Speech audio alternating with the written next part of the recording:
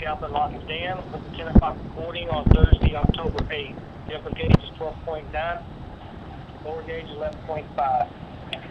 We are running a total of 5 feet all on the lower dam. Hydro plant is running 4 units of 16,000 CFS. National Weather Service 3-day forecast for McAlpine Dam are upper gauge is almost full. Lower gauge on Thursday is 13.1. On Friday is 11.9, and on Saturday is 11.3. This recording will be updated at 2 o'clock this afternoon. Thank you. Record your message at the tone. When you are finished.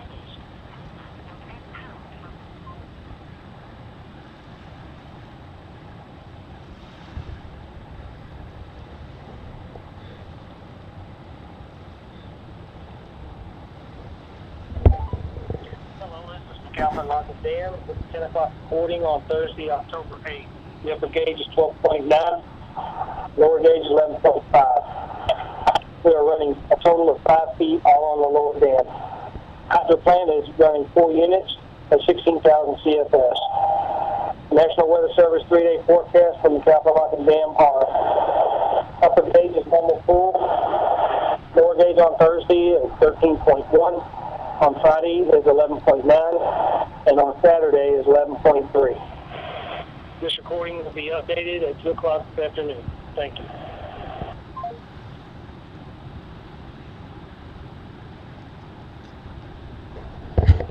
Okay, this boat ramp, U.S. Army Corps of Engineers, first class. There's actually 2 ramps here. There's the one that comes straight down off the road. The parking area is up there where that truck's going. There's a second ramp over on this side over here.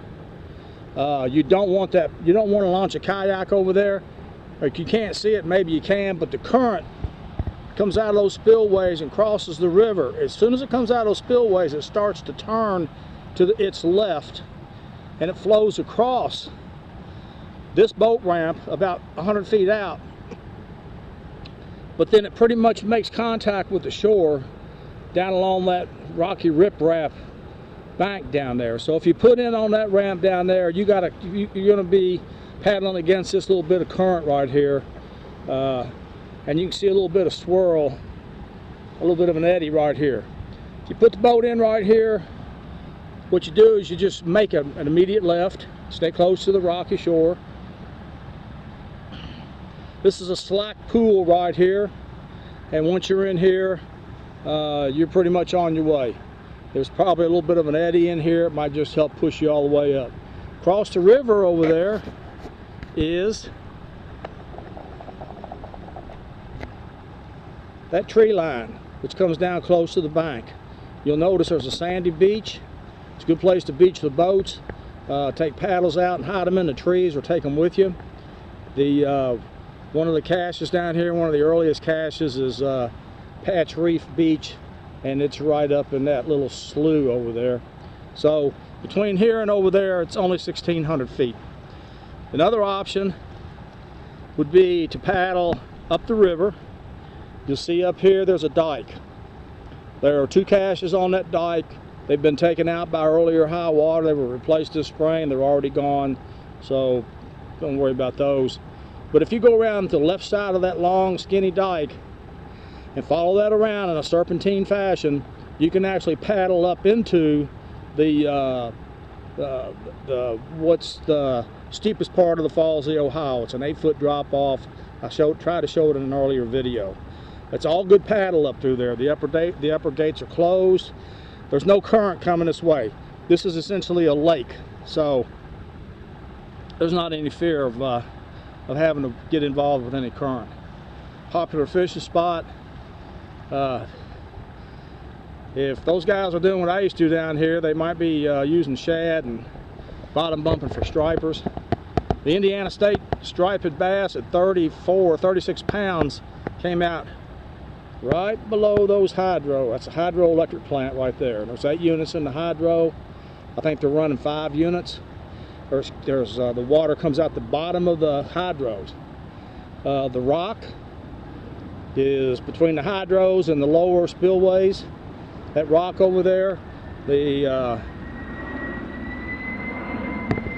the The only issue you'd have is crossing this current. You can just paddle right straight across this. This is not any challenge, and you can beach the boat on that rock. Down here, that where my fingertip is, that's Lewis and Clark Island. It's a long, slender, about a 600-foot long island, maybe 200 feet wide. It's got one cache on either end of it. On the other side of that island, there's a dike that runs all the way across the river to the Indiana shoreline. At this water depth down here, it's not visible, but if you want to be careful, because if you get over that dike, you got to know how to get back above it, and you got to know where to get out of the boat and pick the boat up.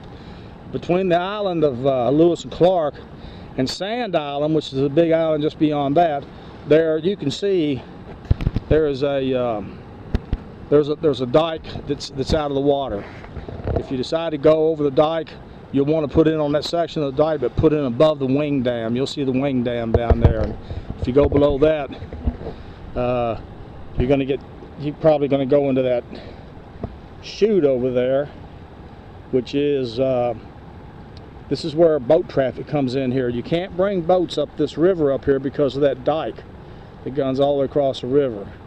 There's probably a lot of lower units laying down there in the bottom of the river, and it's only about 3 or 4 feet deep. And at low tide, you can practically wade all the way across to the island. But that's the chute where motorboats, pontoon boats, party boats, whatever, they come up the Ohio River from down at New Albany, where the yellow roof is down there. It's about 1.8 miles.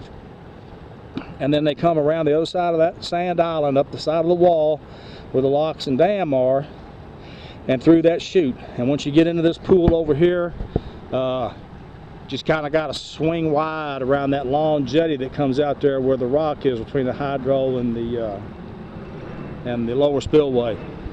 You'll notice if you look close, there's some fellows fishing over there. It's good fishing where the current is, and it's all sandy beach.